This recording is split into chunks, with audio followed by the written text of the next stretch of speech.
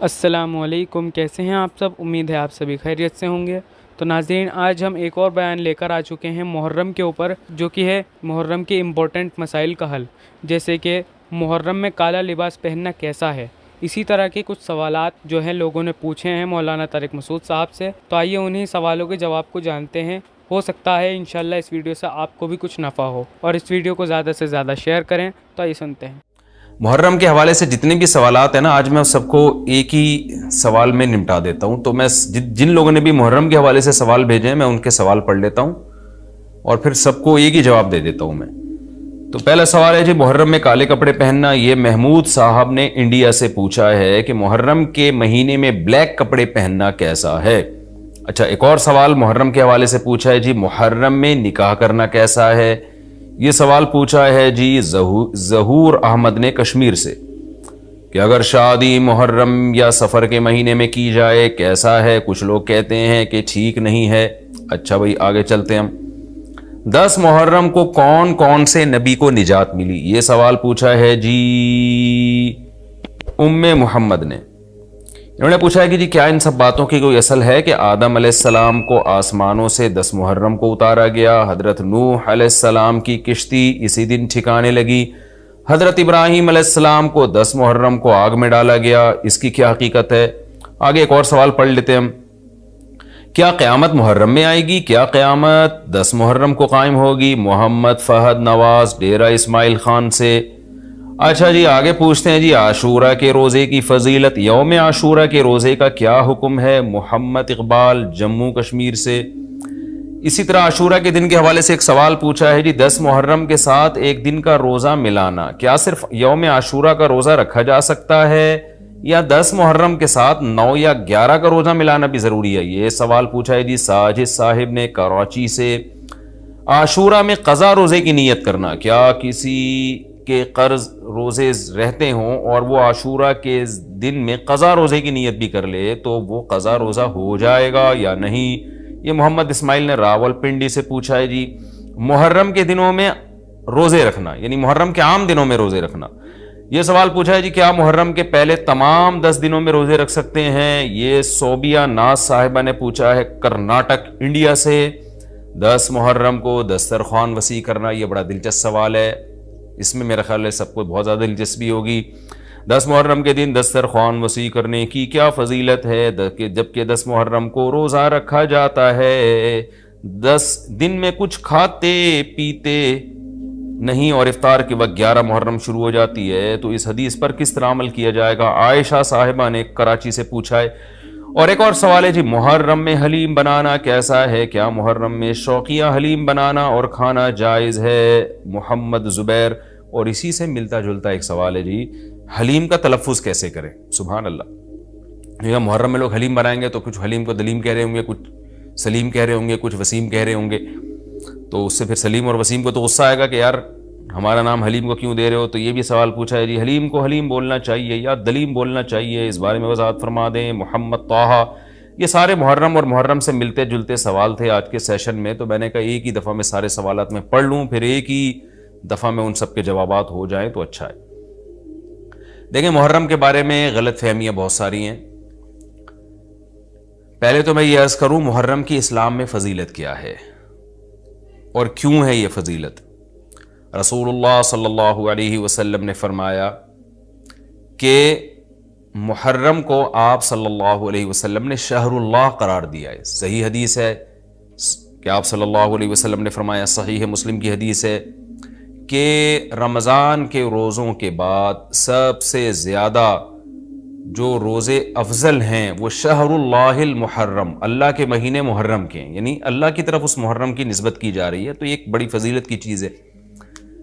اور قرآن میں جن 4 مہینوں کو محترم قرار دیا ہے، عرب ان مہینوں میں جنگ و جدال کو حرام سمجھا کرتے تھے کہ یار یہ ناجائز ہے، اس میں جنگ نہیں کرنی چاہیے، ان مہینوں کا احترام لازم ہے۔ ان میں 4 مہینوں میں محرم بھی ہے، محرم، رجب، ذی الحجہ، ذی القعدہ، ذی الحجہ، یہ 4 مہینے ہیں جو محترم ہے، لیکن اس میں پھر رجب بھی داخل ہے اور ذی القعدہ بھی اور ذی الحجہ بھی، تو یہ بھی ہے۔ اور 10 محرم کے روزے کی بڑی فضیلت ہے، آپ صلی اللہ علیہ وسلم نے فرمایا 1 سال کے گناہوں کی معافی کا ذریعہ بنتا ہے، لیکن آپ نے فرمایا کہ یہودیوں کی مشابہت نہ کرو، کیونکہ یہودی ایک روزہ رکھتے ہیں تو ہم 9 10 یا 10 11 2 روزے ملائیں گے. تو یہ محرم کی فضیلت ہے. اور یہ کیوں ہے اس کی ہمیں وجہ معلوم نہیں ہے. جیسے کسی نے ابھی بھائی نے سوال پوچھا نا ایک کہ اس میں کوئی واقعات ہوئے تھے، تو پہلے میں بتا دوں 10 محرم میں جب نبی صلی اللہ علیہ وسلم نے محرم کے مہینے کی یہ فضیلت بیان کی تو اس کو کسی واقعے کی بیس پہ بیان نہیں کی ہے. اس بارے میں جتنے واقعات ہمارے پاس منقول ہیں کہ آدم علیہ السلام جنت سے زمین پہ آئے تھے، یا قیامت آئے گی اس دن، یا یہ کہ اور پتہ نہیں کیا کیا ابراہیم علیہ السلام کو آگ میں ڈالا گیا، یہ سب من گھڑت ہیں، اس کی کوئی حقیقت نہیں ہے، موضوع روایتیں. البتہ اس دن موسیٰ علیہ السلام اور بنی اسرائیل کو فرعون سے نجات ملی تھی. اس بارے میں روایت سندن بہتر ہے، یعنی اس کو مستند روایت کہا جا سکتا ہے. تو وہ یہ کہا جا سکتا ہے کہ 10 محرم کو موسیٰ علیہ السلام اور بنی اسرائیل کو اللہ نے فرعون سے نجات دی تھی. اسی بیس پہ یہودی روزہ رکھا کرتے تھے اس دن. تو یہ روایت کے علاوہ باقی جتنے بھی واقعات ہیں سب من گھڑت ہیں. باقی حضرت حسین رضی اللہ تعالی عنہ کو جو کربلا میں شہادت ملی ہے، وہ تو 10 محرم، وہ تو فضیلت تو اسلام میں پہلے سے تھی. تو حضرت حسین رضی اللہ تعالیٰ عنہ کا واقعہ تو بعد میں ہوا ہے، تو اس سے حضرت حسین کی شہادت کو اور فضیلت مل گئی کہ آپ کو ایک مقدس دن میں اللہ تعالیٰ نے شہادت عطا فرمائی ہے. تو اب کیا مسئلہ ہے؟ اب میں جو ہے نا نمبر وار سوال پڑھ کے بتاتا ہوں، نمبر وار جو ہے نا، تاکہ وہ بحث ہماری گچ مچ نہ ہو جائے. ابھی سارے سوال میں نے اکٹھے پڑھ لیے تھے تاکہ آپ کو پتہ چلے کہ آج محرم کے بارے میں کیا معلومات ہم شیئر کریں گے، کیا مسائل میں بتاؤں گا. محرم میں کالے کپڑے پہننا، یہاں سے ہمارے سوالات شروع ہوئے تھے. محمود صاحب نے انڈیا سے پوچھا تھا. دیکھیں کالے کپڑے کسی بھی وقت پہنے جا سکتے ہیں، کالے کپڑے پہننے کے ناجائز ہونے کی ہمارے پاس کوئی دلیل نہیں ہے. سفید کو پسند کیا گیا ہے، نبی صلی اللہ علیہ وسلم نے فرمایا سب سے زیادہ پسندیدہ لباس وہ سفید ہے. کفنوا فیہا موتاکم، اپنے مردوں کو بھی اسی میں دفن کیا کرو. اس لیے سفید لباس کو آپ صلی اللہ علیہ وسلم نے افضل قرار دیا، اس میں پاکیزگی زیادہ ہے.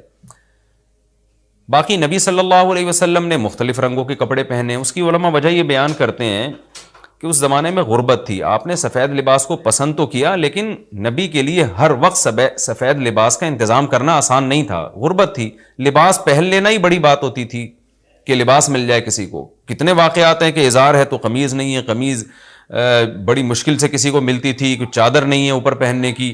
اتنی غربت کا عالم تھا، تو اس میں آپ صلی اللہ علیہ وسلم یہ تکلف کرتے کہ ہر قیمت پہ میرے لیے سفید لباس لے کر آؤ. تو یہ آپ صلی اللہ علیہ وسلم کے مزاج میں جو سادگی تھی یہ اس کے خلاف تھا. تو آپ نے دنیا میں تکلف نہیں کیا، جو جیسا لباس ملا پہن لیا، پسند سفید کو کیا. لہذا آج کیا ہے کہ آج اللہ نے لوگوں کو مالی وسعتیں دی ہیں، تو جو لوگ سفید لباس کا معمول بنا سکتے ہیں ان کے لیے افضل یہی ہے کہ وہ سفید لباس پہنا کریں، کیونکہ نبی صلی اللہ علیہ وسلم نے ہمیں اس کی ترغیب دی ہے.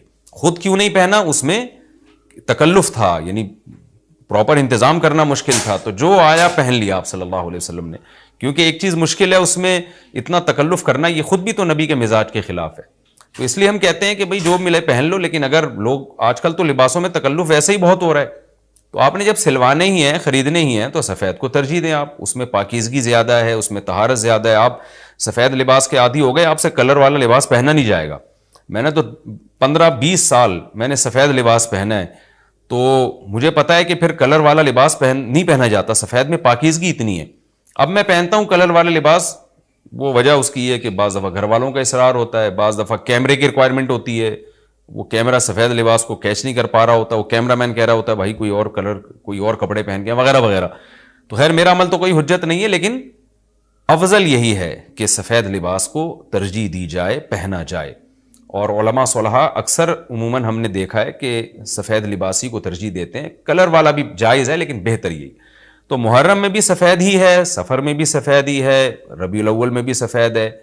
تو محرم میں سفید کے بالکل الٹ کر لینا، کالا پہن لینا، یہ تو بالکل سفید کے اپوزٹ ہو گیا نا. تو ہم یہ نہیں کہہ رہے کہ کالا لباس پہننا ناجائز ہے، لیکن آپ سفید سے اگر آپ نے یو ٹرن لیا بھی تھا تو گرے پہ آ جاتے، گرین پہ آ جاتے، ایک دم آپ بلیک پہ آ گئے، تو بہرحال یہ یعنی کراہت سے خالی نہیں ہے، اس کا معمول بنا لینا. تو ناجائز میں نہیں کہہ رہا، تھوڑا سا ناپسندیدہ ہے کہ آپ سنت پر عمل نہیں کر رہے تو سنت کے بالکل اگینسٹ تو نہ جائیں نا آپ، یعنی بالکل ہی کالا پہن لیں تو بالکل اس کے اپوزٹ ہے. جائز ہے کالا پہننا بھی لیکن بہتر بہرحال نہیں ہے. اور محرم میں کالا پہننا تو ہماری رائے میں بالکل ناجائز ہے، کیونکہ یہ شیعہ حضرات کی اپنی ایک رائے ہے، ان کی اپنی ایک دلیل ہے، ان کا اپنا ایک کانسیپٹ ہے، وہ یہ ہے کہ محرم میں حضرت حسین شہید ہوئے تھے تو ایک بڑے غم کی بات تھی، تو ہم غم منانے کے لیے کالا کپڑا پہنتے ہیں۔ تو ان کا مسلک ہے، وہ جیسے مسلک پہ اپنے عمل کرنا چاہیں وہ اللہ کے سامنے جواب دہ ہوں گے۔ ہم کسی کے مسلک پہ طنز نہیں کر رہے، ہم کوئی فرقواریت اور تشدد کی بات کرنا مناسب نہیں ہے، ملکی حالات اس کے متحمل نہیں ہیں۔ لیکن میں اہل سنت والجماعت حضرات سے کہتا ہوں کہ آپ یہ فیصلہ کریں بھائی، آپ یا تو پورے شیعہ ہو جائیں یا پورے سنی ہو جائیں۔ تو اگر آپ اہل سنت والجماعت کو فالو کرتے ہیں، اور اہل سنت والجماعت کے ہاں جو قرآن اور حدیث اور صحابہ یہ حجت ہے، تو ہمیں تو قرآن و حدیث میں کہیں بھی نہیں ملتا کہ غم میں تم کالے کپڑے پہنو یا غموں کو مناؤ۔ قرآن میں کیا ہے؟ الذین اذا اصابتہم مصیبۃ قالوا انا للہ وانا الیہ راجعون۔ اہل ایمان کو جب کوئی مصیبت پہنچتی ہے تو وہ کہتے ہیں ہم اللہ ہی کے لیے ہیں اور ہم نے اللہ ہی کی طرف لوٹ کر جانا ہے، وہ صبر کرتے ہیں۔ حضرت حسین رضی اللہ تعالیٰ عنہ کی شہادت یہ بہت بڑا غم ہے، بہت بڑا غم ہے، لیکن اس غم کو ہر سال منانا، اس کے لیے شرعی دلیل کی ضرورت ہے۔ اہل بیت کی تعلیمات کو فالو کیا جائے گا، آپ کسی کی محبت میں اس کی تعلیمات کو نہیں توڑ سکتے۔ اہل بیت کی بھی یہی تعلیمات ہیں کہ صبر سے کام لینا چاہیے ہمیں، اور غم منانا بھی اگر کسی کا ہو نا، جیسے آپ کے والد کا انتقال ہو گیا تو اس میں بھی شریعت آپ کو اجازت نہیں دیتی کہ آپ کالے کپڑے پہنے غم منانے کے لیے، بلکہ اس میں بھی شریعت کیا کہتی ہے کہ غم پہ صبر کریں، جو آنسو آپ روک سکتے ہیں اس کو بہائیں نہیں، اور صبر کریں، تو غیر یعنی اختیاری طور پر جو آپ کو رونا آ رہا ہے وہ معاف ہے۔ تو جب غم پہنچا ہو اس وقت شریعت آپ کو غم کے طور پہ کالے کپڑے پہننے کی اجازت نہیں دے رہی، تو جب غم 1400 سال پرانا ہو اور ہر سال اس تاریخ پہ آپ کو منانے کی شریعت کیسے اجازت دے رہی ہے؟ یہ تو ایک طرح کی برسی ہو گئی نا۔ نبی صلی اللہ علیہ وسلم کے وفات سے بڑا غم کوئی اس امت کو ہوگا؟ ربیع الاول میں آپ صلی اللہ علیہ وسلم کی وفات ہوئی، لیکن ربیع الاول ہر سال آتا تھا، صحابہ، تابعین، تبع تابعین، خود اہل بیت کیا اس ربیع الاول میں کوئی غم مناتے تھے؟ بالکل بھی نہیں۔ اس مہینے میں شادیاں بھی کرتے تھے، جو خوشی کی بات ہوتی تھی اس پہ خوشی بھی مناتے تھے۔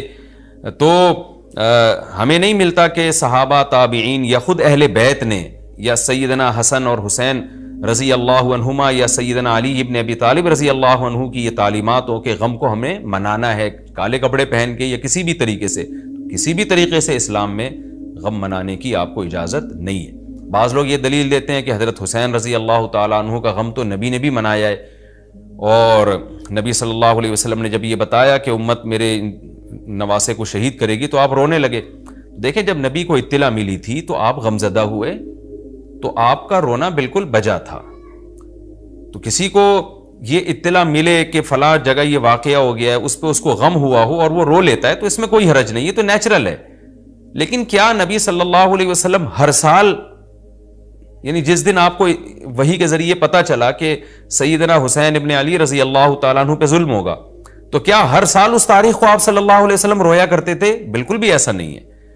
تو غم کی اطلاع جس وقت ملی ہو اس وقت رونا آ جانا یہ نیچرل ہے، لیکن ہر سال پراپر اس رونے کو پراپر طریقے سے منانا یا کالے کپڑے پہن کے اس کو منانا، یہ تو بالکل اسلام میں ناجائز ہے۔ ہمارے پاس اس کے جائز ہونے کی کوئی دلیل نہیں ہے۔ تو شیعہ حضرات جو کر رہے ہیں آپ ان کو کرنے دیں، ان کو جا کے نہ چھیڑیں، آپ ان کو طنز نہ کریں، وہ ان کی جو رائے ہے وہ اس پر عمل کریں۔ اسلام میں فرقے تو ہیں ہمیشہ سے، ہم نے تو یہ دیکھنا ہے کہ کون سا صحیح ہے، ہم نے تو اس کو فالو کرنا ہے۔ تو جو ہمیں صحیح لگے گا ہم اس کو فالو کریں گے، باقی ہم کسی کے نفرتیں پھیلانے کے بہرحال ہم قائل نہیں ہیں۔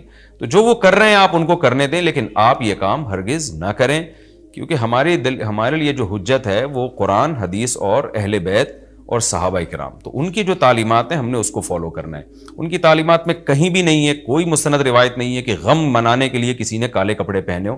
غم منانا ہی جائز نہیں ہے، تو اس کے لیے کالے کپڑے یا کوئی اور کلر پہننا کہاں سے جائز ہو جائے گا؟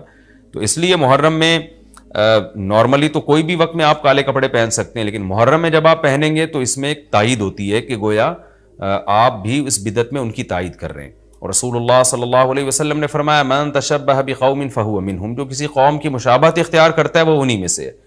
تو اگر آپ چاہتے ہیں کہ آپ کا شمار قیامت میں اہل سنت والجماعت میں نہ ہو، آپ کو شیعہ مسلک ٹھیک لگتا ہے، تو پھر پراپر آپ شیعہ مسلک پراپر پورے طور پر اختیار کریں۔ آپ آدھا تیتر آدھا بٹیر چلنا تو ٹھیک نہیں ہے نا۔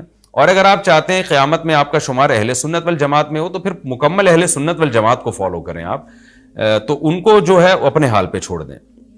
میں پھر بتا دوں، میں لڑائی جھگڑوں کا قائل نہیں ہوں۔ شیعہ حضرات آتے ہیں یہاں پہ، بیٹھتے ہیں، گپ شپ لگاتے ہیں، چائے پانی بھی چلتا ہے، میرے دوستوں میں بھی ہیں بعض شیعہ حضرات، سلام دعا ہے ان سے، لیکن مذہب پہ بحث نہیں ہوتی۔ لکم دینکم ولی دین، ہم ان سے کہتے ہیں ٹھیک ہے بھائی آپ اپنے رائے پر عمل کریں، بحث مباحثہ نہ کریں۔ ہاں جو سیکھنے کے لیے ہم سے آنا چاہے محبت سے اس کو سمجھائیں گے، جو نہیں آ رہا سیکھنے کے لیے تو پھر ہم اس سے بحث نہیں کرتے۔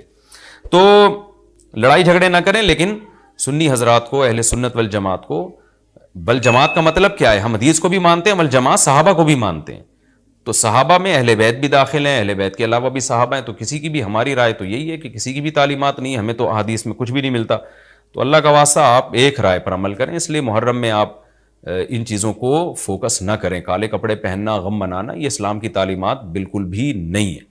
تو یہ تو میں نے سوال کا جواب دیا کہ محرم میں اسپیسیفک کالے کپڑے اگر آپ پہنیں گے تو یہ ایک بدعت کی تائید ہوگی، تو نبی صلی اللہ علیہ وسلم نے تائید سے منع کیا ہے۔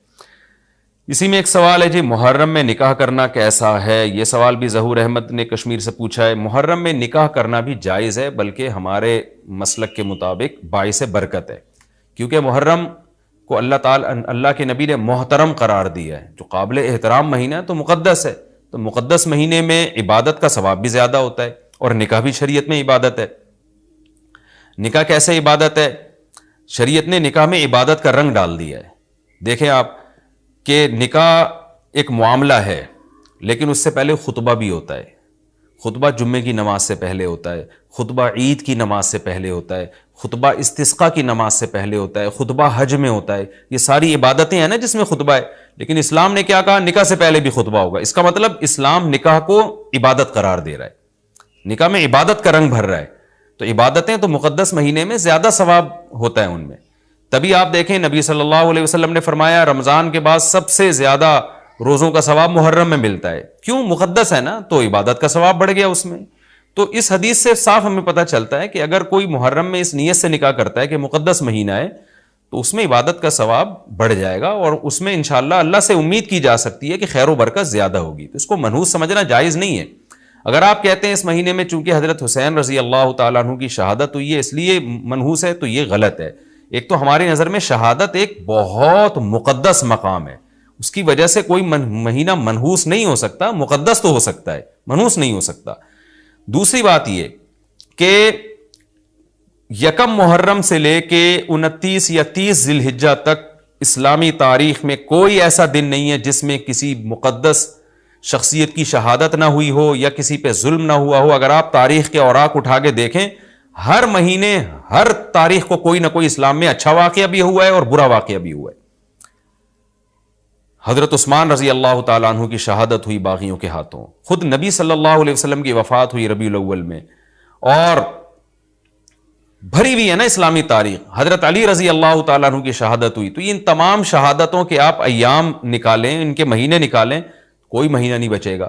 تو اس بیس پہ اگر آپ کہتے ہیں کہ اس مہینے میں نکاح پسندیدہ نہیں ہے، پھر تو پہلی تاریخ سے لے کے سال کی آخری تاریخ تک کوئی تاریخ بھی ایسی نہیں ہے کہ جس میں انسان نکاح نہ کرے۔ اس کا مطلب پھر آپ کنوارے چھڑے چھاٹی گھومتے رہیں، اور مسلمانوں کی پھر گروتھ ریشو تو میرا خیال ختم ہو جائے گا، مر جائیں، کہاں پیدا ہوں گے لوگ۔ اور اگر آپ کہتے ہیں کہ نہیں جی کسی شخصیت کے کسی دن میں انتقال کر جانے سے یا شہید ہو جانے سے یا اس پہ ظلم ہونے سے وہ دن منحوس نہیں بنتا، تو پھر 10 محرم بھی منحوس نہیں ہے۔ 10 محرم میں بھی آپ نکاح کر سکتے ہیں، اور محرم کے بقیہ تاریخوں میں بھی آپ نکاح کر سکتے ہیں۔ اور روایات میں ہمیں ملتا ہے کہ بعض بڑے بڑے حضرات تھے جن کے محرم کے مہینے میں نکاح ہوئے، میں اس بحث میں نہیں جاؤں گا، پھر اس میں تاریخی روایات ہیں، کوئی کہتا ہے فلاں تاریخ تھی، کوئی کہتا ہے، پھر لوگ اس پہ ایک غیر ضروری بحث میں چلے جاتے ہیں، لیکن ہمیں ایسے واقعات ملتے ہیں۔ تو اس لیے اس بارے میں، اور پھر شریعت میں جلد نکاح کی ترغیب ہے، نکاح کو ڈیلے کرنا یہ شریعت میں پسندیدہ کام نہیں ہے۔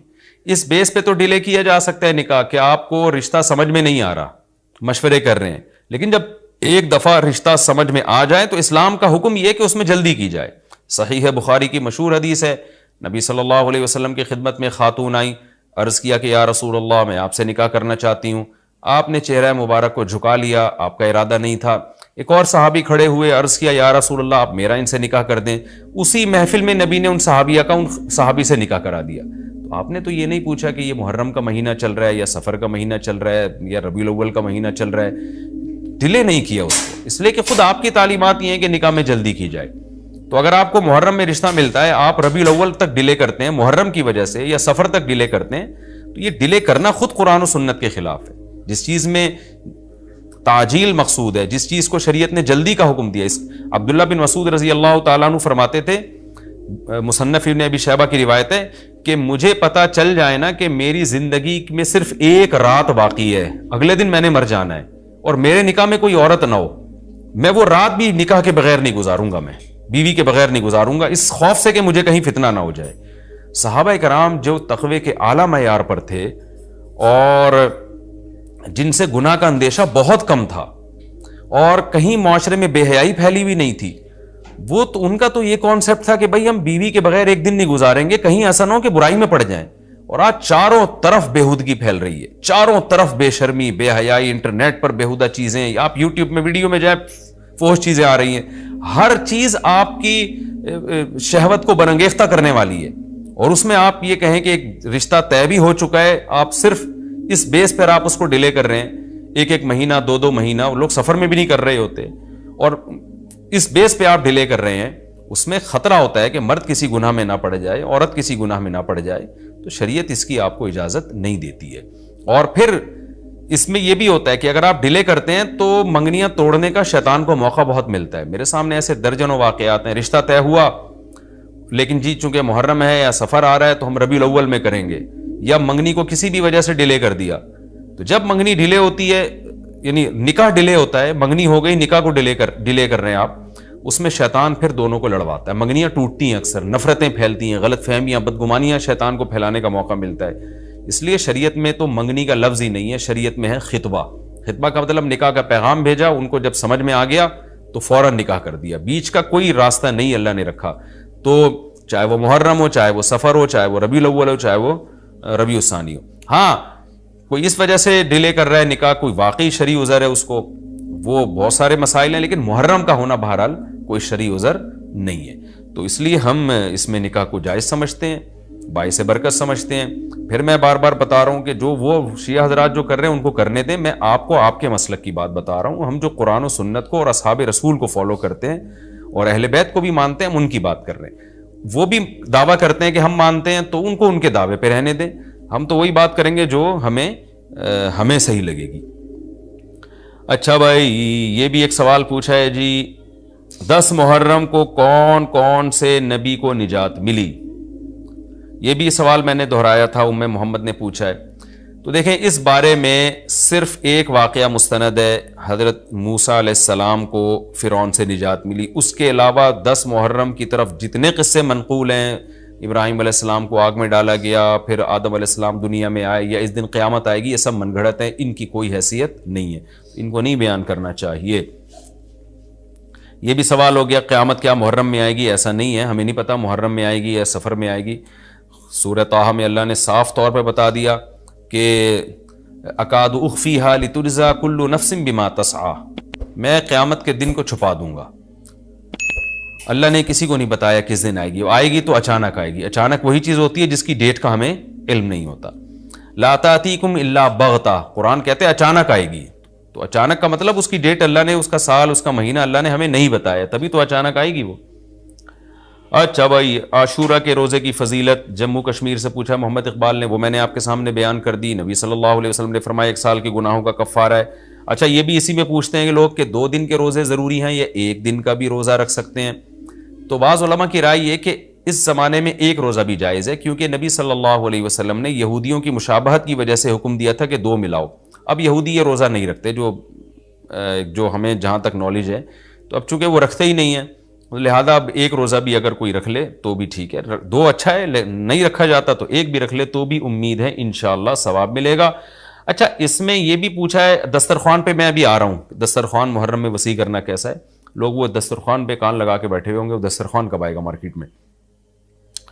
اچھا یہ بھی ایک سوال پوچھتے ہیں لوگ کہ جیسے بھائی نے پوچھا کہ 2 یعنی قضا روزے کی نیت کرنا، یہ راول پنڈی سے محمد اسماعیل نے پوچھا تھا۔ خوب سمجھ لیں، جن دنوں کا بھی کوئی فضیلت ہے نا روزہ رکھنے کی, جیسے پیر جمعرات کے روزے کی فضیلت ہے, ایام 20 کے روزے کی فضیلت ہے, اسی طرح 10 محرم کے روزے کی فضیلت ہے, اسی طرح 9 ذی الحجہ کے روزے کی فضیلت ہے. ان میں آپ قضا کی نیت نہیں کر سکتے. اگر قضا روزے کی نیت کی تو قضا روزے کا ثواب ملے گا, اس دن کے ثواب سے آپ محروم ہو جائیں گے. خوب سمجھ لیں, شوال کے 6 روزوں میں بھی ایسا ہی ہے. خواتین کیا کرتی ہیں, مینسز کی وجہ سے جو رمضان کے روزے چھوٹ گئے, انہوں نے کہا چلو شوال کے 6 روزے کی نیت بھی کر لو اور رمضان کی قضا روزے کی نیت بھی کر لو, تو گریوی میں دونوں کام ہو جائیں گے. تو ایسا نہیں ہے, ایک ہی ہوگا, یا تو قضا رکھیں یا نفل. اگر قضا روزے رکھے تو پھر وہ نفل کا ثواب نہیں ملے گا, نفل رکھے تو قضا کا ثواب نہیں ملے گا. ان روزوں میں تداخل نہیں ہوتا, نفل اور قضا روزے جمع نہیں ہو سکتے. تو اس لیے عاشورہ کے دن عاشورہ کی نیت ہی کریں, قضا پھر پہلے یا بعد میں رکھ لیں. اچھا جی, اب میں آتا ہوں جی محرم میں دسترخوان وسیع کرنا کیسا ہے. اس بارے میں ایک روایت ہے کہ عاشورہ کے دن جو اپنے اہل و عیال پر دسترخوان وسیع کرے گا, ان کو کھلائے گا, تو اللہ اس کے رزق میں برکت دیں گے. یہ روایت سند کے لحاظ سے کمزور ہے. بعض علماء کی رائے یہ ہے کہ اگرچہ کمزور روایت ہے مگر فضائل میں چلتی ہے, تو کوئی اچھی نیت سے دسترخوان وسیع کر دے.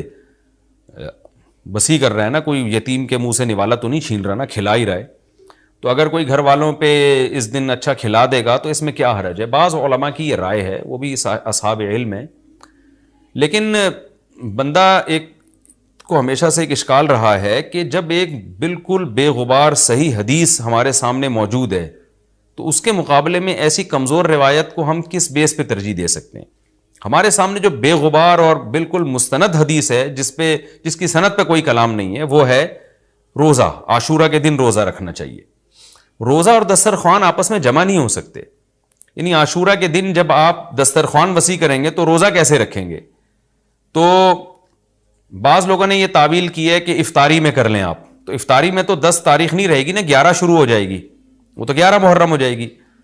بعض لوگوں نے یہ کہا کہ جی 9 محرم کو جب سورج غروب ہو تو عاشورہ کی رات کو دسترخوان وسیع کر لیں. تو حدیث کے ظاہر سے تو عاشورہ کا دن معلوم ہوتا ہے کہ جب عاشورہ والا دن شروع ہو چکا ہو, یعنی صبح صادق کے بعد. یعنی حدیث میں تکلفات کرنے پڑ رہے ہیں, اس کی تعویلات کرنی پڑ رہی ہیں. تو اس بارے میں علامہ ابن تیمیہ رحمہ اللہ کی رائے ہمیں بہت صحیح معلوم ہوتی ہے. انہوں نے یہ لکھا ہے کہ اصل میں ہوا یہ تھا کہ جب شیعہ حضرات نے عاشورہ کے دن کو منحوس سمجھنا شروع کر دیا کہ یہ منحوس دن ہے اور اس میں غم کا دن ہے, تو بعض سنیوں نے ان کے مخالفت میں نا اس کو خوشی کا دن منانا شروع کر دیا. یعنی ہوتا ہے نا, آپ کسی کی مخالفت میں حد سے تجاوز کرتے ہیں, تو انہوں نے خوشی کے دن کے لیے اس میں کھانے پینے کی روایتیں گڑھ لی, کھاؤ پیو کھلاؤ پلاؤ, تاکہ بالکل ان کی مخالفت ہو. تو حقیقت یہی معلوم ہوتا ہے کہ چونکہ صحیح حدیث میں روزے کا تذکرہ ملتا ہے, اور روزہ اور کھلانا پلانا جمع نہیں ہو سکتے. اگر یہ جو دوسری عاشورہ کے میں کھانا کھلانے والی حدیث بھی بالکل بے غبار اور مستند ہوتی نا, تو ہم دونوں کو جمع کر کے تعویلات کر لیتے کہ جی افطار میں کھلا دو اور سارا دن روزہ رکھو, یا نابالغ بچوں کو دن میں کھلا دو اور بڑوں کو روزہ رکھوا دو. تو ہم تعویلات کرتے اگر یہ اسی ٹکر کی حدیث ہوتی. لیکن یہ کمزور حدیث ہے, تو اس کو اتنی صحیح مستند روایت کے مقابلے میں ہم کیسے لا سکتے ہیں.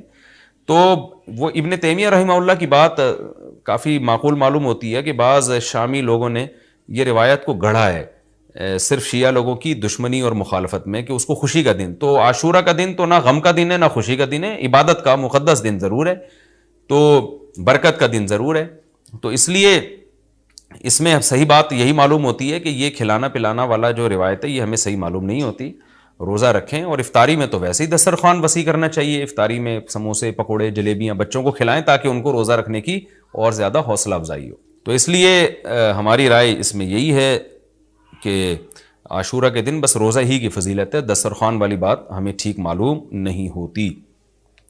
کیونکہ اس کے مقابلے میں جو ہے نا, دسترخوان والی حدیث کے مقابلے میں زیادہ صحیح حدیث ہے جو روزہ تو کھانا پینے سے اجتناب کا نام ہے, اور افطاری میں تو ویسے ہی آدمی کھا لیتا ہے, وہ اس کے لیے پھر ضرورت نہیں ہے الگ سے ہمیں کسی روایت کی. اچھا بھائی, اور بھی محرم کے حوالے سے لوگ سوال پوچھتے ہیں. کالے کپڑے بھی ہو گئے, اور کیا رہ گیا بھائی, حلیم رہ گیا. حلیم محرم میں حلیم بھی بناتے ہیں لوگ, تو بے اصل چیز ہے, بدعت ہے. کوئی ثواب سمجھ کے کریں گے بدعت ہے. بعض لوگ کہتے ہیں ہم ثواب سمجھ کے نہیں کر رہے, ویسے ہی سب بنا رہے ہیں تو ہم بھی بنا رہے ہیں. تو بدعت کی تائید تو ہو رہی ہے نا. آپ پورا سال پڑا ہے حلیم کھانے کے لیے, آپ کو کیا مصیبت ہے کہ آپ محرم ہی میں دیگ پکائیں؟ پورے سال کیوں نہیں پکا رہے تھے آپ؟ تو جب ایک رسم معاشرے میں غلط رسم پھیل جاتی ہے تو اس کا بائیکاٹ کرنا چاہیے. تو آپ نہ بنائیں, کسی اور مہینے میں بنا لیں آپ. تو پوری رات دیگیں چل رہی ہوتی ہیں, مذہب کے نام پہ تو یہ کام نہ کیا جائے نا. اور جو لوگ کہتے ہیں مذہب کے نام پہ نہیں کر رہے, ہم تو ویسے انٹرٹینمنٹ کر رہے ہیں, تو یار کسی اور دن کر لو بھائی, تم پورا سال پڑا ہوا ہے نا. ہم نے کب کہا ہے کہ آپ دیگیں نہ پکائیں؟ آپ پکائیں, پوری رات گھوٹے لگائیں اس میں, کسی اور دن کر لیں آپ. اس لیے اسلام کو بچائیں خرافات سے. اسلام کو ہمارے ذمے ہے کہ ہم اسلام کو اسلام وہی ہے جو نبی لے کر آئے. الیوم اکملت لکم دینکم واتممت علیکم نعمتی ورضیت لکم الاسلام دینا. اللہ کہتے ہیں آج کے دن میں نے دین مکمل کر دیا. جب یہ آیتیں نبی پہ نازل ہو گئیں تو اس میں حلیم نہیں تھا, محرم کا حلیم. تو دین مکمل ہو چکا, اس کو رہنے دیں آپ. اور پھر وہی ہے کہ جب آپ روزہ رکھیں گے تو حلیم کھائیں گے کس وقت؟ رات کو آپ کھائیں گے تو رات کو تو ویسے ہی کم کھانا چاہیے. سونے کے لیے اللہ نے رات بنائی ہے, کھانے پینے کے لیے تھوڑی بنائی ہے رات. دن میں آپ نے روزہ رکھنا ہے, تو وہ یہ روزے سے بھی میچ نہیں کر رہا یہ جو حلیم ہے نا. اس لیے اس سے اجتناب کریں, ایوائڈ کریں. جو گلی کے لونڈے لپاڑے بنا رہے ہوتے ہیں ان کو محبت سے سمجھا دیں, یار اگلے دن بنا لو, باز آ جائے ٹھیک ہے, نہیں تو پھر نکل لیں آپ پتلی گلی سے, الجھے نہیں لوگوں سے. تو یہ محرم کے حوالے سے کچھ باتیں تھیں. بھائی نبیل بھائی کوئی بات رہ تو نہیں گئی ہے آپ کے ذہن میں ہو تو بتا دیں, تاکہ یہ تو لوگوں نے جو سوال پوچھے تھے اس کے جواب تو میں نے دے دیا. آپ کے ذہن میں بھی کوئی سوال ہو تاکہ ٹاپک کمپلیٹ ہو جائے. محرم میں جھاڑو لگانا جائز ہے؟ جھاڑو سے کیا ہوتا ہے؟ یہ کہہ رہے ہیں وہ لوگ کہتے ہیں محرم میں جھاڑو نہیں لگانی چاہیے. اچھا, محرم میں مرثیے سننا اور غم منانا اور رونا, سینہ پیٹنا, نبی صلی اللہ علیہ وسلم نے تو گریبان چاک کرنے والوں پہ لعنت کی ہے. بخاری مسلم کی روایتیں موجود ہیں. لیس منا من شق الجیوب, جو گریبان پھاڑتا ہے وہ ہم میں سے نہیں ہے. تو یہ سینہ پیٹنا, نوحہ کرنا, نیاحہ پر تو بخاری مسلم کی صحیح احادیث موجود ہیں نوحہ پر کہ یہ حرام ہے, ناجائز ہے. اس لیے ہم اس کو جائز نہیں سمجھتے. ہم یہ کہتے ہیں کہ سیدنا حسین ابن علی رضی اللہ تعالیٰ عنہ کی تعلیمات کو فالو کریں آپ. تعلیمات تو زیرو ہیں, ہم ان کی تعلیم, ان کی تو اتنی بڑی داڑھی تھی سیدنا حسین ابن علی رضی اللہ تعالیٰ عنہ کی. وہ تو سخی تھے, وہ تو غیرت مند تھے. آج ہمارے یہاں سے غیرت ختم ہو گئی ہے. بہنوں کی وراثتیں کھا کے بیٹھے ہوئے ہیں ہم لوگ, اور انہی وراثتوں سے عمرے بھی ہو رہے ہوتے ہیں وراثت کھا کے. تو گھر میں گھر والوں کو ٹائم نہیں دیتے, غربا مساکین کا خیال نہیں ہے, نماز تکبیر اولیٰ کی پابندی نہیں ہے. ان چیزوں کو فوکس کریں. حضرت حسین رضی اللہ تعالیٰ عنہ نے تو کربلا کے میدان میں بھی نماز نہیں چھوڑی, اور آج خواتین شاپنگ کرتی ہیں نمازیں چھوڑ دیتی ہیں. کسی شادی میں جانا ہے بس میں بیٹھے ہوئے نمازیں چھوڑ دیتے ہیں. تو اللہ کا واسطہ تعلیمات کو فالو کریں اہل بیت کی. تعلیمات کو فالو کیے بغیر ہمیں کچھ بھی حاصل نہیں ہوگا.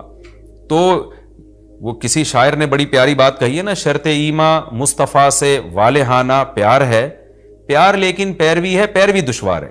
مصطفیٰ صلی اللہ علیہ وسلم سے ایمان کی شرط ہے کہ آپ کو نبی سے بے پناہ محبت ہو, لیکن محبت کی دلیل کیا ہے کہ آپ فالو کتنا کرتے ہیں. تو اہل بیت سے محبت یہ ایمان کا حصہ ہے ہمارے. اس محبت کے بغیر آپ جنت میں نہیں جا سکتے. لیکن آپ میں محبت ہے یا نہیں ہے, یہ کالے کپڑوں سے یا سینہ پیٹنے سے پتہ نہیں چلے گا. اس کا پتہ اس سے چلے گا کہ آپ ان کو فالو کتنا کرتے ہیں. تو یہ چند احکامات تھے. لوگوں نے سوال پوچھے تھے مسائل میں, تو میں نے ان کے جوابات دے دیے. اور کچھ مسائل محرم کے حوالے سے اور بھی ہیں, پھر وہ بعد میں یاد آتے ہیں. ہاں, حلیم کو حلیم کہنا یہ بھی ایک سوال تھا. لوگ کہتے ہیں کہ جی حلیم اللہ کا نام ہے, تو کھانے پینے کی چیز کو ہم حلیم کیوں کہتے ہیں؟ دیکھیں, جب اللہ کے لیے لفظ حلیم استعمال کیا جاتا ہے اس کا مفہوم کچھ اور ہوتا ہے. جب دیکھ کے لیے استعمال کیا جاتا ہے اس کا مفہوم کچھ اور ہوتا ہے. تو اس میں کسی کا تصور بھی نہیں جاتا کہ میں اللہ کا نام لے رہا ہوں. یہ بالکل ایسے ہی ہے جیسے اردو میں صلواتوں کا مفہوم کچھ اور ہے. ہم کہتے ہیں اتنی صلواتیں سنا کے چلا گیا, حالانکہ صلوات تو درود کو کہتے ہیں, اور نماز کو بھی کہتے ہیں صلات. تو اب کیا یہ لفظ استعمال جائز نہیں ہوگا؟ ظاہر ہے جائز ہے. اردو میں اس کا مفہوم کچھ اور ہے, عربی میں اس کا مفہوم کچھ اور ہے. بلکہ بعض دفعہ ایک ہی زبان میں ایک لفظ دو مختلف معنوں کے لیے استعمال ہو رہا ہوتا ہے, تو اس میں کوئی بھی پابندی نہیں لگاتا. جاریہ عربی میں باندی کو بھی کہتے ہیں, جاریہ عربی میں کشتی کو بھی کہتے ہیں. اور جو ہے اس طرح کی اور بہت ساری مثالیں ہمیں ملتی ہیں کہ ایک ہی لفظ مختلف معنوں کے لیے استعمال ہو رہا ہے. عین عربی میں آنکھ کو بھی کہتے ہیں, عین عربی میں گھٹنے کو بھی کہتے ہیں, عین عربی میں جاسوس کو بھی کہتے ہیں, عین عربی میں چشمے کو بھی کہتے ہیں, عین عربی میں سورج کی ٹکیا کو بھی کہتے ہیں, عین عربی میں سونے کو بھی کہتے ہیں. تو اس طرح بہت سارے نام مختلف معنوں میں استعمال ہوتے ہیں. موسیٰ کا جو لفظ ہے عربی میں استرے کو کہتے ہیں, بلیڈ جس سے حلق کیا جاتا ہے نا, حاجی لوگ جو سر منڈواتے ہیں اس کو موسیٰ کہتے ہیں. حالانکہ موسیٰ جو ہے حضرت موسیٰ علیہ السلام کا نام بھی ہے, لیکن جو عربی جو جانتا ہے جب وہ بلیڈ کے لیے موسیٰ کا لفظ استعمال کرے گا تو اس کے ذہن میں حضرت موسیٰ کا تصور ہی نہیں ہوگا. اور جب حضرت موسیٰ علیہ السلام کے لیے موسیٰ کا استعمال کرے گا تو بلیڈ کی طرف اس کا دماغ ہی نہیں جائے گا. تو اس لیے یہ بالکل مضبوط بات نہیں ہے کہ حلیم چونکہ اللہ کا نام ہے لہذا وہ دیکھ کے لیے استعمال نہ کیا جائے. جب اللہ کا نام ہے تو اس میں دماغ ادھر نہیں آتا دیکھ کی طرف, جب دیکھ کے لیے استعمال کیا جاتا ہے تو اللہ کی طرف ذہن نہیں جاتا. یہ بالکل ایک الگ الگ معنی میں استعمال ہوتا ہے. تو اس لیے اتنا تکلف نہیں کریں جتنی جو لا تشددوا فیشدد اللہ علیکم, صحیح حدیث ہے, اللہ نے نبی نے فرمایا اپنے اوپر خامخواہ کی پابندیاں مت لگاؤ ورنہ اللہ بھی لگانا شروع کر دے گا, اللہ بھی تمہارے اوپر پابندیاں لگائے گا. اللہ کیسے لگائے گا, یعنی اللہ بھی تمہیں مشکل میں ڈال دے گا. تو جتنا ہمیں اجازت دی گئی ہے اس کے اندر رہنا چاہیے ہمیں, اور خامخواہ میں ایسی کھود کرید کر کے اپنے اوپر پابندیاں لگواتے چلے جانا مشکل ہو جائے گی نا. اب حلیم ہی مشہور ہو گیا ہے تو اب آپ اس کو کیسے دلیم بولیں گے, وہ کچھ اور نہ اٹھا کے دے دے آپ کو. تو اس میں کوئی حرج نہیں ہے کہ کیونکہ لغت بتاتی ہے, زبان بتاتی ہے کہ کس وقت کس لفظ کا کیا معنی ہے. اس میں کوئی حرج نہیں ہے اگر آپ یہ حلیم کو حلیم ہی کہیں, کوئی گناہ نہیں ہے انشاءاللہ اس میں. اچھا, بعض لوگ یہ بھی کرتے ہیں, یہ کسی نے سوال پوچھا ہے, یہ ہمارے کیمرہ مین نے ہی پوچھا ہے, نبیل بھائی نے, کہ مجھے تو یقین نہیں آ رہا کہ ایسا بھی کرتے ہیں, لیکن یہ بتا رہے ہیں کہ بہت سارے سنی حضرات یہ کرتے ہیں کہ محرم میں امام بارگاہوں میں جا کے منتیں مانتے ہیں اور پھر اگلے سال ان منتوں کو پورا بھی کر رہے ہوتے ہیں جو بھی انہوں نے منتیں مانی ہوتی ہیں. تو دیکھیں یہ بھی حرام اور ناجائز عمل ہے. منت کے لیے کوئی دن مہینہ متعین نہیں ہے, جب چاہے جہاں چاہے منت مان سکتے ہیں. اور منت کی حقیقت کیا ہے کہ اس کی ورڈنگ کیا ہے, اس کے لیے کسی جگہ نہیں جانا جائز ہے, بلکہ اس کے یہ کہ جہاں بھی آپ ہیں آپ یہ الفاظ کہہ سکتے ہیں کہ اے اللہ اگر میرا یہ فلاں کام ہو گیا تو میں اتنے پیسے صدقہ کروں گا, اے اللہ اگر میرا یہ فلاں کام ہو گیا تو میں اتنے روزے رکھوں گا, اے اللہ اگر میرا مریض ٹھیک ہو گیا یا میری بیماری ٹھیک ہو گئی تو میں اتنی رکعت نماز پڑھوں گا. اس طرح کی منتیں ماننا جائز ہے. اس کے لیے امام بارگاہ یا مسجد یا کسی مزار پہ جانا حرام ہے. خوب سمجھ لیں, یہ گھر بیٹھے بیٹھے ہو سکتا ہے, یعنی اس کا کوئی جگہ شریعت نے منت کے لیے متعین نہیں کی ہے. اسپیشل اس کام کے لیے آپ مسجد جا رہے ہیں کہ یہ سوچ کے کہ وہاں جا کے منت مانوں گا تو شاید منعقد ہوگی, ایسا نہیں ہے. منت کہیں بھی ہو جاتی ہے. ہاں کوئی مسجد میں نماز کی نیت سے جائے کہ 2 رکعت پڑھ کے اللہ سے دعا مانگوں گا تو ایک الگ بات ہے, اس کے لیے مسجدیں ہیں. تو مزار تو اس کے لیے بھی نہیں ہے, وہ تو وہاں تو بالکل ہی حرام ہے. تو اس لیے آپ بدعت کی تائید میں امام بارگاہ جاتے ہیں اور وہاں منتیں مانتے ہیں تو یہ حرام ہے, ناجائز ہے. اس سے منت پوری نہیں ہوگی بلکہ الٹا اللہ کی طرف سے عذاب آ سکتا ہے آپ کے اوپر, کیونکہ اللہ نے جو کام جس طرح سے بتایا اسی طرح سے ہوگا. تو منت کا اصل طریقہ کیا ہے کہ عبادت کی نظر, اس کو عربی میں نظر کہتے ہیں, نظر. تو قرآن نے کہا ہے کہ یوفون بالنذر ویخافون یوما کان شرہ مستطیرا. ہمارے نیک بندے جب کوئی نظر مانتے ہیں تو اس کو پورا کرتے ہیں. اللہ نے جب کام کر دیا تو وہ نظر پھر آپ پوری کریں. تو اس کا طریقہ کیا ہے کہ آپ گھر میں بیٹھیں جہاں بھی ہیں آپ زبان سے یہ الفاظ دہرا دیں کہ اے اللہ اگر میرے مریض کو شفا مل گئی یا میں ٹھیک ہو گیا یا میں امتحان میں پاس ہو گیا تو میں اتنے پیسے صدقہ کروں گا یا کروں گی, یا اتنی رکعت نماز پڑھوں گا یا پڑھوں گی, یا اتنے روزے رکھوں گا یا رکھوں گی. اس طرح کی عبادت کی نظر ہوتی ہے, اس کے علاوہ نہیں ہوتی. بعض لوگ یہ نظریں مان رہے ہوتے ہیں کہ میرا یہ کام ہو گیا تو داتا دربار پہ اتنی دیگیں چڑھاؤں گا. یہ نظر پوری کرنا بھی حرام ہے. کام ہو بھی جائے تو دیگیں چڑھانا جائز نہیں ہے. بعض لوگ یہ کہہ رہے ہوتے ہیں کہ یہ کام ہو گیا تو امام حسین کے نام کی یا غوث اعظم کی نام کی اتنی دیگیں نکالوں گا. یہ سب غلط چیزیں. صدقے کی نظر ہوتی ہے اللہ تیرے نام پہ میں اتنے غریبوں کو کھانا کھلاؤں گا. یہ نظریں ہوتی ہیں صدقے کی, جو اللہ کے لیے ہوتا ہے صدقہ. تو اس میں یہ کہ کھانا کھلانے کی صدقہ خیرات کی نظر ہو سکتی ہے اور عبادت کی نظر ہوتی ہے. یہ جو مزاروں پہ جانے کی نظر اور فلاں پہ جا پہ چڑھاؤں گا, یوں کروں گا, ایسے کروں گا, یہ جو اوٹ پٹانگ قسم کی نظریں آ رہی ہیں یہ حرام ہیں, ناجائز ہیں. اس کی کوئی حیثیت نہیں ہے شریعت میں. ان کو پورا کرنا بھی واجب, نہ صرف یہ کہ واجب نہیں ہے بلکہ جائز ہی نہیں ہے. تو گھر بیٹھے بیٹھے جب چاہیں آپ نظر مان سکتے ہیں. زبان سے کہیں گے تو نظر ہوگی, دل میں نہیں ہوتی. لیکن شریعت نے منت ماننے کو بہرحال پسند نہیں کیا ہے. نبی صلی اللہ علیہ وسلم نے فرمایا کہ جو نظر مانتا ہے نا وہ تقدیر کو تو نہیں ٹال سکتا، اللہ اس کے ذریعے کنجوس سے پیسہ نکلوا دیتے ہیں. یعنی تقدیر میں بیماری ٹھیک ہونا ہوگی تو ہو جائے گی، کامیابی ہوگی تو ہوگی وہ تو، لیکن کیا ہوتا ہے کہ بندہ ٹھیک ہو جاتا ہے اور جو آدمی کبھی صدقہ نہیں کرتا اس بہانے اس کی جیب سے، کنجوس کی جیب سے پیسے نکل جاتے ہیں. ویسے تو دے نہیں رہا تھا صدقہ، تو اللہ نے بیماری میں ڈال دیا، چل اب منت مان تاکہ میں بیماری ٹھیک کروں اور تو اب پیسے نکال یہاں سے. تو کنجوسوں کے ذریعے، کنجوسوں کا پیسہ نکلوانے کے لیے یہ کام ہوتا ہے، بے نمازیوں کو نماز پڑھوانے کے لیے، جو روزہ نہیں رکھتے ان کو روزہ رکھوانے کے لیے. تو اس حدیث سے پتہ چلتا ہے کہ منت اور نظر کو جائز ہے لیکن پسند نہیں کیا گیا. علماء نے اس کی وجہ بیان کی ہے کہ یہ ایک طرح سے نا اللہ سے ایک طرح کا مقابلہ چل رہا ہے کہ اللہ میرے مریض کو یا مجھے ٹھیک کر دے تو میں اتنے روزے رکھوں گا. یعنی بارگیننگ ہو رہی ہے اللہ تعالیٰ سے کہ اگر نہیں ٹھیک کیا تو میں نہیں رکھتا، جا بھائی. اے اللہ اگر میں پاس ہو گیا نا تو میں 1,00,000 روپے صدقہ کروں گا، اگر نہیں ہوا تو ہم بھی صدقہ نہیں کر رہے. تو ایک طرح کا نا مقابلہ چل رہا ہے. عبدیت یہ ہے کہ اللہ تو مجھے پاس کرے گا تو بھی 1,00,000 روپے دوں گا، نہیں کرے گا تو بھی 1,00,000 روپے دوں گا، اس لیے کہ میں تو تیرا بندہ ہوں. لیکن تو مجھے ویسے ہی پاس کر دے امتحان میں، چاہے میں 1,00,000 دوں یا نہیں دوں، میں تو تیرا بندہ ہوں، میں تو فقیر ہوں. فقیر بارگیننگ تھوڑی کرتا ہے. سیٹھ صاحب آپ نے مجھے اگر 100 روپے دیے نا تو میں بھی آپ کا فلاں کام بنا دوں گا. فقیر کہتے ہیں اللہ کے نام پہ 100 روپے دے دو، میں فقیر پھٹا، پرانے کپڑے میرے، میں کیا کروں گا یار آپ کے لیے. تو اللہ سے بھی بھکاریوں کی طرح مانگنا یہ اللہ کو زیادہ پسند ہے. منت ماننا بھی جائز ہے لیکن پسندیدہ کام نہیں ہے. ہاں جس طرح سے امام بارگاہوں میں یا مزاروں میں جا کے منتیں مانی جا رہی ہیں وہ بالکل حرام ہے، بالکل ناجائز ہے. اور اس کے لیے محرم کا دن متعین کرنا یہ سمجھ کے کہ اس میں منت زیادہ پوری ہوگی، یہ بھی حرام ہے، ناجائز ہے اور بدعت کی تائید ہے. اس سے آپ سب لوگ اجتناب کریں، اس سے گناہ ملتا ہے.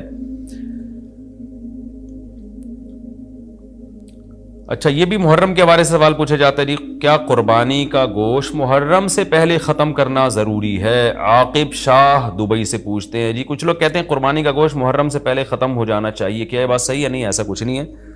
قربانی کا گوشت آپ پورے سال چلا سکتے ہیں اگر محفوظ رکھ رہے ہیں، لیکن وہی ہے کہ کھا لیں جلدی تو اچھی بات ہے، تازہ تازہ گوشت کھا لیں. محرم میں بھی بہت 2 مہینے ہو جاتے ہیں، تاخیر ہو جاتی ہے، تو اس لیے بہتر یہی ہے کہ پہلے کھا کے ختم کریں. لیکن اگر کوئی محفوظ بھی رکھتا ہے تو کوئی گناہ اس میں نہیں ہے. اچھا ایک اور سوال سبیلوں کے حوالے سے پوچھا جاتا ہے کہ محرم میں سبیلیں لگانا، ان سبیلوں سے پانی پینا. تو دیکھیں وہ بھی شیعہ حضرات کا مسلک ہے، ان کا کانسیپٹ ہے کہ وہ حضرت حسین کے نام کی سبیلیں لگاتے ہیں. میں بار بار کہہ رہا ہوں کسی کو چھیڑے نہیں، اپنا مسلک چھوڑے نہیں، دوسرے کو چھیڑے نہیں. یہ میں اہل سنت والجماعت کے لیے مسائل ریکارڈ کروا رہا ہوں کہ ہمارے لیے کسی بھی چیز کے جائز اور ثواب ہونے کے لیے دلیل کی ضرورت ہے. دلیل قرآن و سنت ہے، صحابہ ہیں. تو ہمیں نہ اہل بیت سے اس کا کوئی ثبوت ملتا ہے، نہ صحابہ سے، نہ قرآن و سنت سے کہ محرم میں صحابہ نے سبیلیں لگائیں. حضرت حسین رضی اللہ تعالیٰ عنہ کی شہادت کے بعد اہل بیت میں سے کسی نے سبیلیں لگائی ہوں یا انہوں نے سبیلیں لگانے کا حکم دیا ہو، کہیں بھی نہیں ملتا. یہ عمل بھی بدعت ہے، ناجائز ہے، اس سے اجتناب کریں. اور ایک عجیب بات ہے، کبھی آپ اس کو غم کا مہینہ کہتے ہیں اور کالے کپڑے پہنتے ہیں اور سبیلیں لگا کے لوگوں کو شربت پلا رہے ہیں. تو یہ تو خوشی کے موقع پہ ہوتا ہے نا، خوشی کے موقع پہ کھلایا پلایا جاتا ہے. تو یہ ایک کنفیوژن ہے کہ یہ خوشی منا رہے ہیں کہ غم منا رہے ہیں. تو کھلانا پلانا خوشیوں کے موقع پہ ہوتا ہے، تو اس لیے آپ ان چیزوں سے اجتناب کریں، نہ سبیل لگائیں، نہ اس پہ کھڑے ہو کر پانی پئیں. جو لگا کے بیٹھا وہ اس کو چھیڑے نہیں، آپ تنگ نہ کریں، وہ اس کا مسئلہ ہے کہ اس کو چھوڑ دیں. دنیا میں بہت سارے فرقے ہیں، کس کس کو آپ قابو میں کریں گے؟ ملک میں انارکی پھیلتی ہے، ملک میں فسادات ہوتے ہیں. کسی سے نفرت کرنے کی ضرورت نہیں ہے، کسی کو ٹاؤنٹنگ کرنے کی ضرورت نہیں ہے، طنز تانے کی ضرورت نہیں ہے. جو لگا کے بیٹھا ہوا ہے لگائے، جو پی رہا ہے اس کو پینے دیں، چھیڑے نہیں. لیکن میں آپ کے لیے یہ کہہ رہا ہوں جو اس وقت میرا پروگرام سن رہے ہیں، اگر آپ قرآن و سنت ہی کو فالو کرتے ہیں، آپ اہل سنت والجماعت میں ہیں، یا تو میں بار بار کہتا ہوں پورے شیعہ ہو جائے نا. پھر آپ ڈبل مسلکوں پہ چلنا تو یہ دنیا میں کسی کا بھی اصول نہیں ہے کہ آدھا ادھر آدھا ادھر، وہ تو کہیں کا بھی نہیں ہوتا. یا تو پورے ادھر ہو جائیں یا پھر پورے اہل سنت والجماعت بن جائیں. تو اہل سنت والجماعت کے ہاں یہ سبیلیں لگانا یہ جائز کام نہیں ہے، کیونکہ قرآن و سنت سے اس کا ثبوت نہیں ہے. لوگ کہتے ہیں کہ آدمی کسی کو شربت پلا رہا ہے، پانی پلا رہا ہے، تو پانی پلانا تو بڑا اچھا کام ہے. پانی پلانا اچھا کام ہے، پورے سال کسی دن کو خاص کر لینا یہ اچھا کام نہیں ہے. تو اس سے بدعت کی تائید ہوتی ہے. تو اگر کوئی پیاسا آپ کو نظر آتا ہے تو محرم میں ہو تو محرم میں بھی پلائیں، سفر میں ہو تو سفر میں بھی پلائیں.